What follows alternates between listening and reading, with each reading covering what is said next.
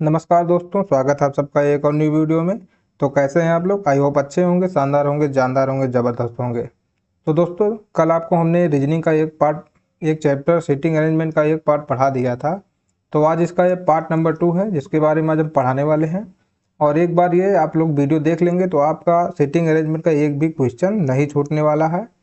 ये बहुत ही important chapter है, क्योंकि इससे जो है 4 से 5 क्वेश्चन हर रेलवे के एग्जाम में पूछे जाते हैं। तो चलिए शुरू करते हैं आज के क्लास को। तो दोस्तों, हमारा पहला सवाल है, 5 लड़के वृत्ताकार घेरा बनाकर खड़े हैं। अजय रमेश और दमनिक के बीच में है। सुभाष बादल की बाईं ओर है और रमेश सुभाष की बाईं ओर है। बताएं कि अजय की ठीक दाईं ओर कौन है। तो चलिए लगाते हैं इसको। तो देखिए, इसके लिए हमें क्या करना होगा। सबसे पहले तो हम दो गोला बनाएंगे। एक गोले से भी काम चल सकता है, लेकिन कभी कभी क्या होता है, दाएं बाएं करने में हमको दिक्कत होने लगती है, इसीलिए हम लोग दो गोला बनाकर चलेंगे। और देखिए कितने लोग हैं, 5।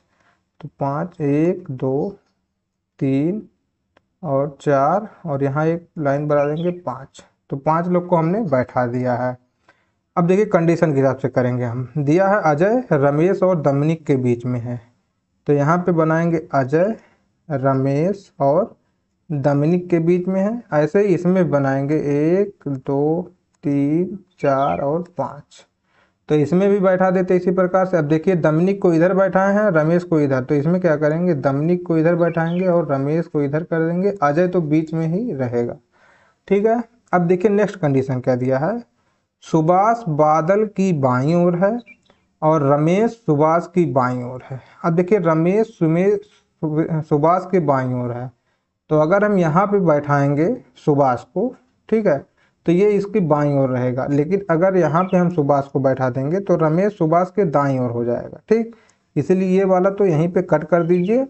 और यहाँ पे क्या है, देखिए रमेश जो है सुभाष के बाईं ओर हो गया है और सुभाष बादल के बाईं ओर है, तो हम लोग क्या करेंगे, बादल को यहाँ पर बैठा देंगे। अब सुभाष जो है बादल के बाईं ओर हो गया है। तो कुल मिला के मतलब कंडीशन के हिसाब से हमारा वाला ये जो है ये एकदम फिट बैठ रहा है। ठीक, तो देखिए अब हमको बताना क्या है कि अजय की ठीक दाईं ओर कौन बैठा है। तो मेरे भाई, अजय के ठीक दाईं ओर कौन बैठा है, रमेश बैठा है। बस हमको यही बताना था। तो यहाँ पे देखिए हमारा क्या हो जाएगा आंसर, रमेश। ठीक है, ऑप्शन नंबर सी रमेश हो जाएगा। तो इस तरीके से आप लोगों को क्वेश्चन को करना है। जैसे जैसे कंडीशन दिया है, आप लोग चाहें तो एक गोला या फिर दो गोला बना के मतलब लगाएंगे। दो गोला बनाने पे ज़्यादा अच्छा रहता है, क्योंकि कभी कभी कंडीशन में कुछ गड़बड़ी हो जाती है तो हमको इधर उधर करना पड़ता है। तो यहाँ पे इसे मिटाए उठाएंगे। आप लोग कॉपी में चाहें तो बना सकते हैं, लेकिन दिक्कत हो जाती है बाद में, इसलिए क्योंकि वहाँ पे थोड़ा स्पष्ट दिखाई नहीं पड़ता है, तो फिर गलत आंसर लग जाता है। इसीलिए कोशिश करिए दो गोला जल्दी जल्दी बनाएंगे। ठीक, तो चलते हैं अपने नेक्स्ट क्वेश्चन पर। तो दोस्तों, हमारा अगला सवाल है, कुछ लड़के दक्षिण की ओर मुंह करके खड़े हुए हैं। मनु पंक्ति में सबसे बाईं है और अभी दाएं से पांचवें। नमु अभी के तुरंत दाएं ओर है। ठीक है, तुरंत दाएं 3 लड़के। ये थोड़ा यहाँ पे गलत लिख उठा है, कुछ ऐसा लगता है हमको। यहाँ पे ये क्वेश्चन में था नमु अभी के तुरंत दाएं है। ठीक है, तुरंत दाएं है और नमु के दाएं 3 लड़के हैं। ठीक है, और नमु के दाएं 3 लड़के हैं। तो अगर आप क्वेश्चन लिख रहे हैं तो ये इसमें ऐड कर लीजिएगा यहाँ से बात। ठीक है, दाएं हैं और नमु के दाएं 3 लड़के, जैसे यहाँ पे लिखा हुआ है लिख लीजिएगा। अगर नमु और मनु के बीच 6 लड़के हैं तो पंक्ति में कुल कितने लड़के हैं। तो देखिए हमको करना क्या पड़ेगा ऐसे क्वेश्चन में। सबसे पहले तो हम एक लाइन बनाएंगे। ठीक, ऐसे यहाँ पे एक लाइन ड्रॉ कर लीजिए और जिसका मुंह समझ लीजिए दक्षिण की ओर है। ठीक है, मतलब इधर आप मान के चलिए कि इधर क्या है, साउथ है, क्योंकि कुछ लड़के दक्षिण की ओर मुंह करके खड़े हैं। तो अब देखिए हमें कंडीशन क्या कह दिया है, मनु पंक्ति में सबसे बाएं है, तो सबसे बाएं हमारा इधर होगा। तो यहाँ पे हम मनु लिख लेते हैं, मतलब एम से डिनोट कर लेंगे। अब क्या कह रहा है, और अभी दाएं से पांचवें स्थान पर है। तो ये रहा हमारा दाएं से पहला, दूसरा, तीसरा, चौथा और ये रहा पांचवा, और यहाँ पे कौन है, अभी है।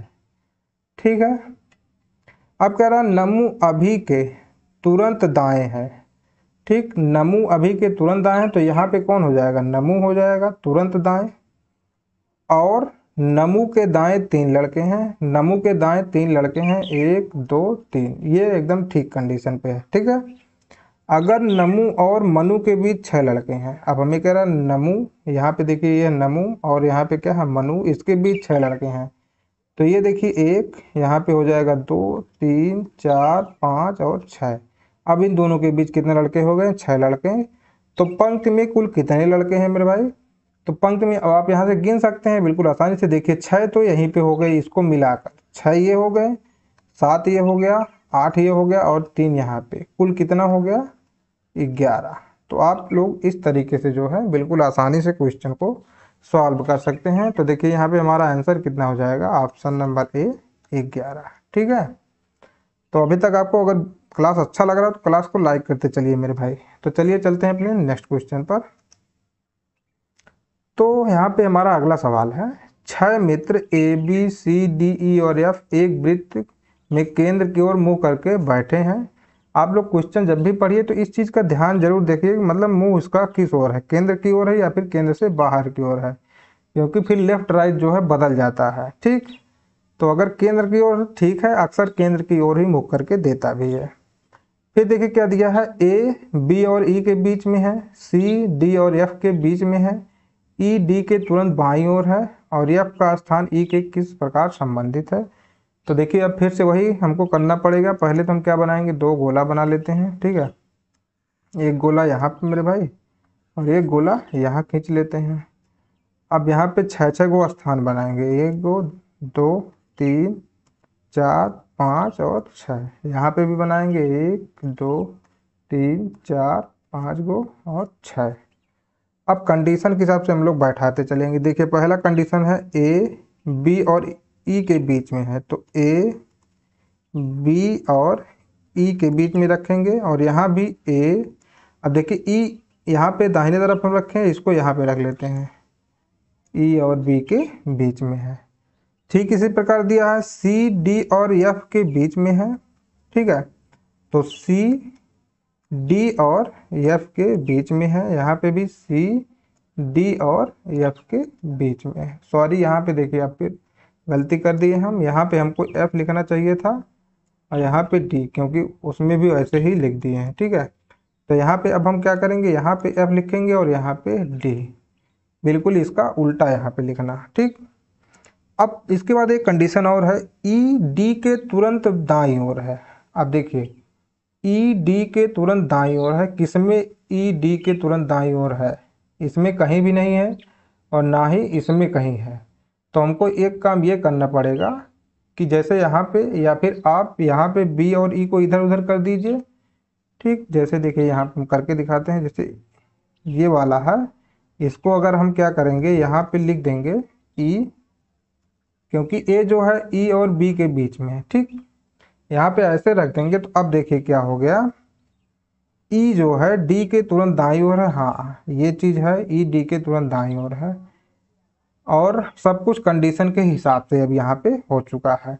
आप लोग चाहें तो इसमें भी चेंजिंग करके ऐसा चीज़ कर सकते हैं, डी को यहाँ पे आप बैठा दीजिए और यहाँ पे एफ को बैठा देंगे, तो देखिए ई डी के तुरंत दाईं ओर हो जाएगा। अब बिल्कुल सही हो चुका है। ठीक, अब हमसे क्या कह रहा है, एफ का स्थान ई से किस तरफ है।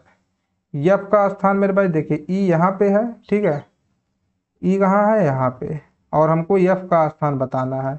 तो अगर हम लोग दाहिने से जाएंगे तब भी तीसरा स्थान, अगर बाएं से जा रहे हैं तब भी तीसरे स्थान पर भी है, मतलब दाहिने से तीसरा और बाएं से तीसरा। हमें ऑप्शन अब चलिए चेक करते हैं।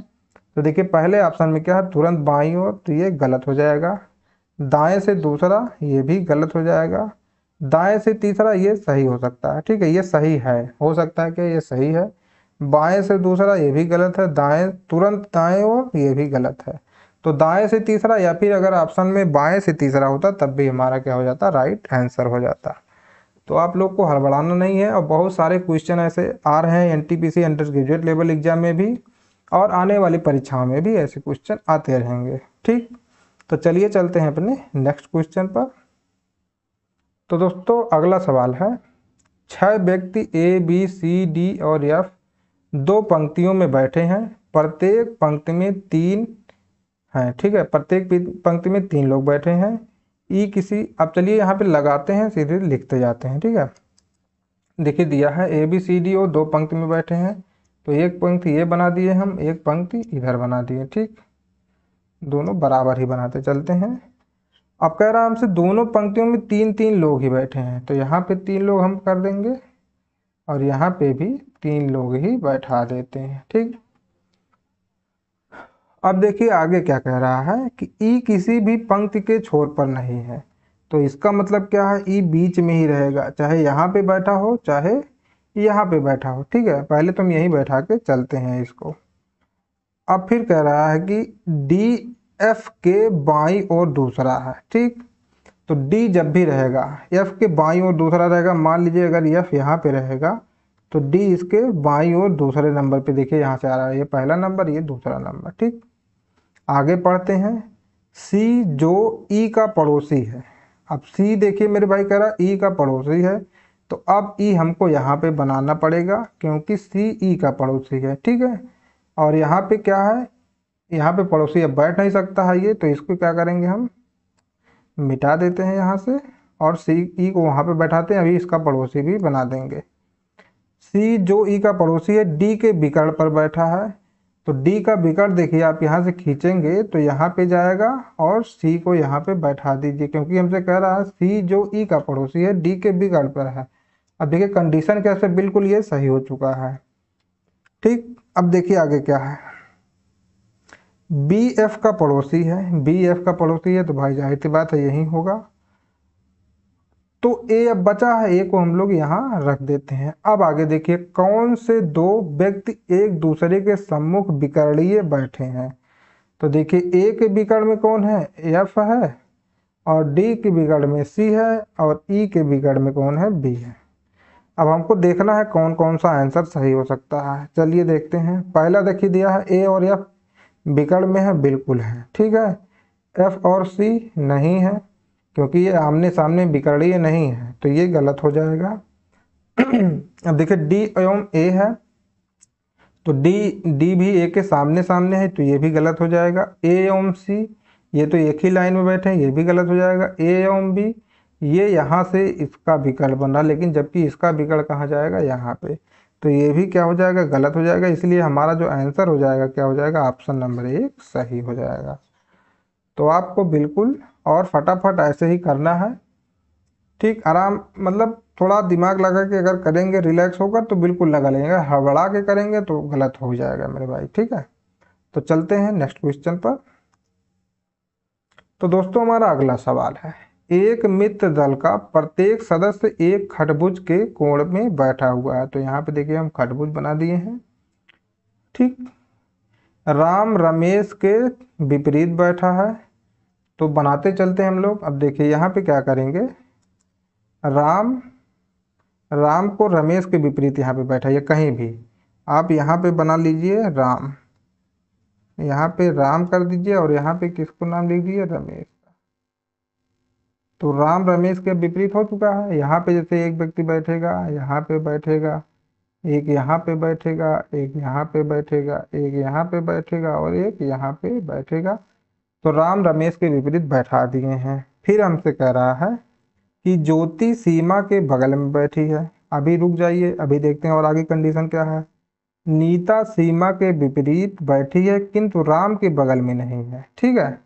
तो नीता जो है सीमा के विपरीत बैठी है लेकिन राम के बगल में नहीं, मतलब नीता यहाँ नहीं बैठी है, ना ही यहाँ बैठी है, यहाँ बैठ सकती है या फिर यहाँ। तो हम लोग क्या काम करते हैं, यहाँ बैठा के देखते हैं, ठीक है। नीता को बैठाकर यहाँ देख लिए हैं और नीता जो है सीमा के विपरीत में है, तो सीमा को हम लोग क्या करेंगे, यहाँ पे बैठा देते हैं। अब आगे पढ़ते हैं, जो इसकी ये वाली कंडीशन थी, ज्योति सीमा के बगल में बैठी है, तो ज्योति को हम लोग कहाँ बैठा देंगे, यहाँ पे, क्योंकि ये क्या है, सीमा के बगल में है। इसके बाद देखिए, नीता सीमा के विपरीत बैठी है किंतु राम के बगल में नहीं है। रमेश एवं अमृत के बीच एक व्यक्ति बैठा है, तो रमेश देखिए यहाँ पे है, अब यहाँ पे तो सीमा है लेकिन अमृत कहाँ, यहीं पे एक स्थान बचा, हम लोग यहीं पे रख देते हैं। और ये हुआ रमेश और अमृत के बीच एक व्यक्ति बैठा, तो कौन बैठा है, नीता बैठा है, नीता बैठी है, ठीक है, मतलब एक व्यक्ति कोई भी है। तो अब कंडीशन के हिसाब से सब कुछ हमारे पास सेट हो चुका है। तो अब देखिए यहाँ पे दिया है प्रश्न 6 से 10 के लिए विकल्पों का सही उत्तर चुनिए। और कभी कभी देखिए एग्जाम में क्या होता है, एक ही क्वेश्चन 5-6 जगह अलग अलग देता है। खैर आपको जो है मैथ अलग बना दिए हैं, रीजनिंग अलग और जीके जीएस अलग पार्ट में अब आने लगा है। नहीं पहले एक ही में जब मिक्स आता था तो ये क्वेश्चन भाई साहब हमें ऐसे दे देते थे और एक ही क्वेश्चन 3-4 जगह आता था और सबको बार बार पढ़ के आपको बनाना ही पड़ता था। क्योंकि क्या है, अब भाई कोई बनाया यहाँ पे तो जाहिर सी बात हमको थोड़ी ना पता कि अगले क्वेश्चन में ही आएगा, वहाँ पे रफ उपकार कर सब खत्म कर देते थे। ठीक है, लेकिन अब क्या, एक ही जगह आएगा तो ज़्यादा सही रहेगा। तो इसमें देखिए क्या है, हमको 4 क्वेश्चन इस पे करना है। तो पहला क्वेश्चन है ज्योति के विपरीत कौन बैठा है। तो आप आराम से बता सकते हैं, इसके विपरीत अमृत बैठा है। ठीक, तो यहाँ पे ऑप्शन नंबर 3 सही हो जाएगा। अब चलिए चलते हैं नेक्स्ट क्वेश्चन पर। अब यह ज्योति एवं राम के बीच कौन बैठा है। तो यहाँ से आप लोग देखेंगे ज्योति और राम के बीच कौन बैठा है, हम कहेंगे सीमा। ठीक, तो यहाँ पे हमारा ऑप्शन क्या हो जाएगा, ऑप्शन नंबर डी सीमा। फिर अगला सवाल देखिए क्या है, अमृत एवं रमेश के बीच कौन बैठा है। हम लोग यहाँ पे देखते हैं अमृत और रमेश के बीच कौन बैठा है, नीता। तो यहाँ पे जो हमारा आंसर क्या हो जाएगा, ऑप्शन नंबर बी नीता। ठीक है, इसके बाद फिर नेक्स्ट क्वेश्चन चलते हैं। यदि अमृत राम की बाईं ओर बैठा है तो राम के दाईं ओर कौन बैठा है। अब यहाँ पे देखते हैं, यदि अमृत जो है राम के बाईं ओर बैठा है, जो कि बिल्कुल सही है, तो राम के दाईं ओर कौन बैठा है, हम कहेंगे सीमा। ठीक है, हम कहेंगे क्या, सीमा। तो चलिए नेक्स्ट, तो हमारा नेक्स्ट क्वेश्चन है अमृत एवं नीता के बीच कौन बैठा है। तो यहाँ पे हम लोग एक बार फिर से देखते हैं, अमृत एवं नीता के बीच देख लीजिए कोई नहीं बैठा है, क्योंकि यहाँ पे कोई है नहीं। तो हम लोग ऑप्शन में देखते हैं क्या क्या है। तो यहाँ दिया है राम, रमेश, सीमा और कोई नहीं। तो यहाँ पे आप टिक करेंगे क्या, कोई नहीं। तो मेरे भाई इस प्रकार से आज हमारा क्या होता है, आज का क्लास यहीं ख़त्म होता है। तो आज का क्लास कैसा लगा आपको कमेंट करके ज़रूर बताइए, और अगर अच्छा लगा हो तो वीडियो को लाइक कीजिए और चैनल को सब्सक्राइब कीजिए। और अगर आपको इस क्लास का पीडीएफ चाहिए तो इसका पीडीएफ आपको हमारे टेलीग्राम चैनल पर मिल जाएगा, और प्रैक्टिस के लिए क्वेश्चन भी वहाँ पे आपको मिल जाएगा। इसलिए हमारे टेलीग्राम लिंक को वहाँ पे डिस्क्रिप्शन में दे देंगे, आप लोग ज्वाइन करना बिल्कुल ना भूलिएगा। तो चलिए मिलेंगे कल फिर एक और न्यू वीडियो में, तब तक के लिए जय हिंद जय भारत।